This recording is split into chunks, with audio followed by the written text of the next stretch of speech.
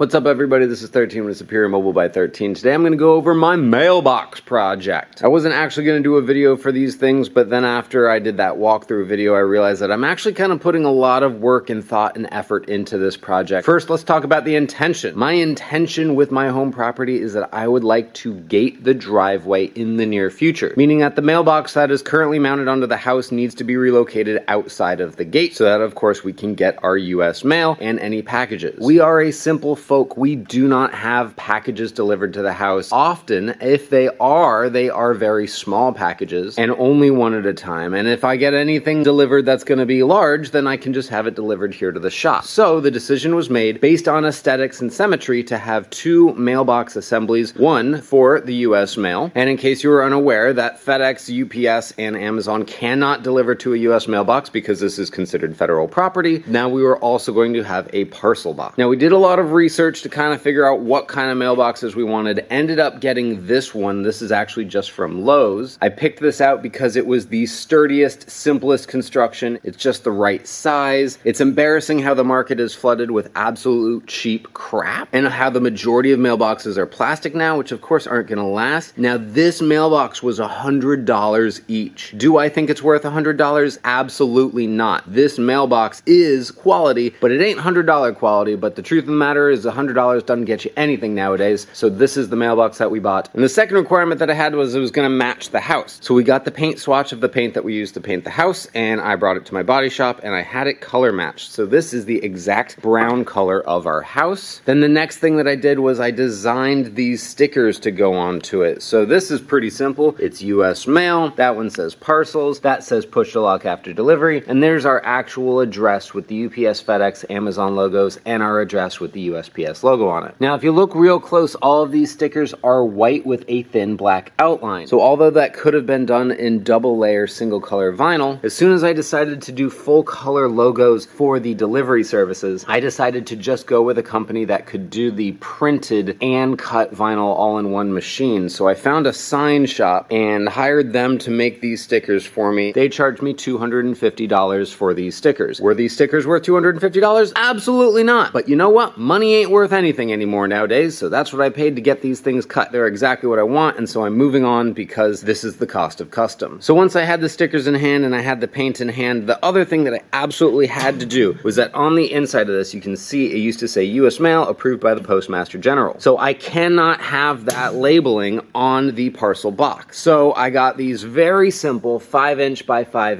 acrylic pieces laser cut from my laser guy, and all I did was I ground away all that metal and then I just JB welded that acrylic piece over it, and I did it on both, obviously for symmetry. Once that was stuck on there, then I scuffed everything up, prepped it for paint, did the base coat, which was that color right there, that brown. Then I put on the stickers and then I applied the clear coat. So what the result is that all of these stickers are encased underneath the clear coat. We have a very resilient automotive grade finish and ultimately just makes it look really fancy and classy. So after it was painted, I just installed the flag. So of course we do have a operational flag for this one. And as I'm sure you've noticed over here on the parcel box, we have a push to lock after delivery. So you can see I mounted that where the flag was supposed to go. I just took the pre-existing hole and drilled it out larger. I found that lock online. I was inspired by other parcel boxes, but generally they're very large. They're usually like cabinets on the ground and they have push to lock mechanisms. So the lock was fairly cheap, maybe 10-15 bucks or whatever. And then what I did was I welded on this angle iron bracket right onto the back side, aligned the hole just oh so perfectly. So when you close this parcel box, you'll see right there, if I push this button, that little shaft comes out, and that is what locks it. The UPS guy can throw our package right in there, close it up, push the button, and then now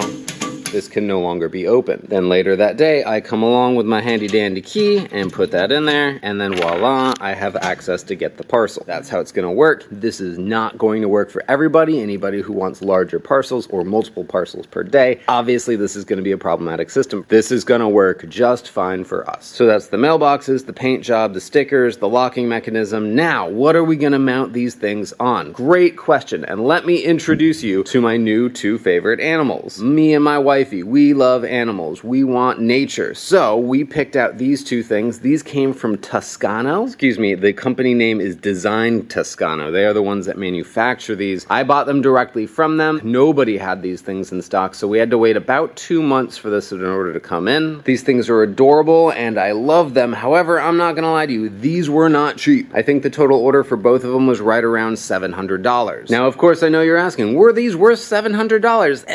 Yes and no. Unfortunately, even at that price point, these things were not made very well. They are resin cast, fiberglass reinforced on the inside, and they are adorably painted, and there's the detail on these things is just incredible. So in that regard, these are very nice products. So on the outside, it looks phenomenal. I've got no complaints, but as soon as I looked on the inside, you'd actually see tons of light coming in. They were paper thin in some places, and there were tons and tons of pinholes. So although I'm sure it would have lasted several years and been totally fine, my primary concern was that they would degrade prematurely in the sun, and or if something were to come in contact with them, let's say a flying branch during a hurricane smashes into the side of our bear here, and now his arm breaks off. And that is, of course, not something that I want. And I'm sorry, just to back up a little bit, these are actually 4x4 post covers. So once the 4x4 goes into the ground, this sleeve just goes right over it, and then the mailbox mounts right up on top. Sorry, I'm all out of order here. There's a lot of different elements to this project, and I want to make sure to cover it all. So the point was that they were expensive and they were beautiful, but they were still thin, and I had concerns about the rigidity of them, so I reinforced them, and that turned into a major task. What I did was I made a product called Milkshake. Now, I don't know if anybody else calls it Milkshake, but it was a term that I heard when I was really young, and it always stuck with me. Basically, Milkshake is a combination of body filler and fiberglass resin. Both are polyester-based products, so they can be mixed, and you can create your own consistency product, and it looks kind of like a milkshake. So I used up a gallon of fiberglass resin and half a gallon of body filler and about half a quart of fiberglass chopped matte, and I mixed up this concoction, and what I would do is I would lean these guys on their side and I would pour it into the cavity. And if you look real closely in there, it's super lumpy and it's super gross looking, but basically all I did was I would pour it in there and I'd pick these guys up and I would roll them around so it would coat the inside, and I did that for an entire night straight, and it kind of looks like a chunky milkshake. The ratio between the fiberglass resin and the body filler is going to determine the viscosity of the liquid, and then how much of that fiberglass chopped matte that you put in there is going to determine the lumpiness. It should be noted that the material properties of that mixture are going to depend upon the mixture ratios. Body filler and resin alone are very brittle. They're very strong, but they're very brittle, so you need the fiberglass fibers in order to reinforce it so it can actually withstand some impact. So I did the best I could, and I reinforced the hell out of both of them, and now I believe that they're good to go. So the next step is at the house, where I'm going to have to dig a hole for the mounting post and then put that in the ground on top of some aggregate, and then pour some concrete around it, and then pour a landing pad for both of these guys because I don't want their bare feet exposed to the mulch of our flower bed. Once that's done, then I can take these handy dandy little brackets right here, and this mounts right onto the post, and that screws in there, and then the mailbox themselves mounts onto this, and then voila, we will have ourselves a result. That's basically all of the in-depth details that I wanted to cover about this project. It's been a lot of fun so far, a lot of different elements on something really silly, but again, I'm an artist, so like this is pretty much the only way that I know how to do things. Okay, and here is the final installed product. So there's a lot of things to go over here, so I'm just going to start off with the concrete work. So I made a little landing pad here as well as a landing pad for the critters themselves, and both of them are cast in place concrete that I did the same Tahitian granite exposed aggregate finish and then sealed it after a week of curing so it matches the driveway. So as you can tell, we're on the right side of the driveway right here, which is Barnaby's home. He has been named now, and he has a beautiful sign. The sign is made out of 3/8 thick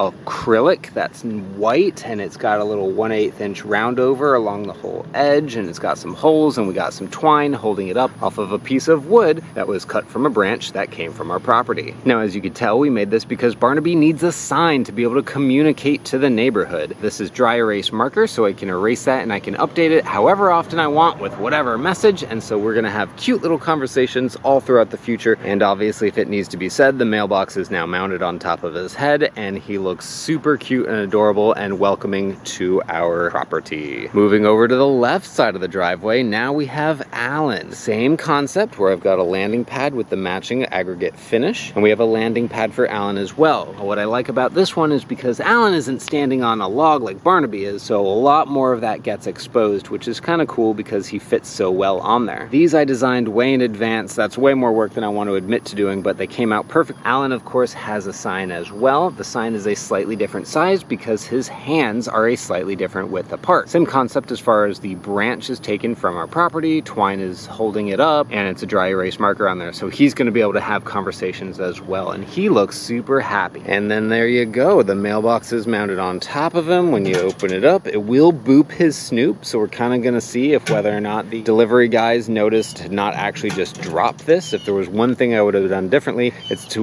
weld on like a link there and then have a chain so that this wouldn't drop down halfway, but unfortunately it's already done and I'm probably never going to add that chain structure. So I'm just going to have to live with it and be happy, which, trust me, looking at this, I am pretty happy. So if I take a step all the way back, you can see that they are the guardians of our driveway, and we have a happy, wonderful, nature-filled home. Now, as far as spacing is concerned, both of our critters are 18 feet from the curb, which means they are on our private property, which means we're allowed to mount them on animals and do whatever we want. And then the plan is that the gate will go behind the planter bed right across there. So this is a 10-foot wide driveway. It'll basically be about a 12-foot wide gate, and it's all gonna slide over into that section for access. And then once all of these bougainvillea grow in all along there, as you can see, those have been growing in quite a bit already because they had quite the head start. But once that bougainvillea grows in, we're gonna have a wonderful, beautiful, natural barrier hedge that's gonna protect our property from anybody coming onto it without our knowledge. And if they do decide to walk through that very, very thorny plant, then they're probably gonna leave some DNA behind. They are also in line with our cacti row, so those guys are hanging out there. And then on this side, you can see that the cacti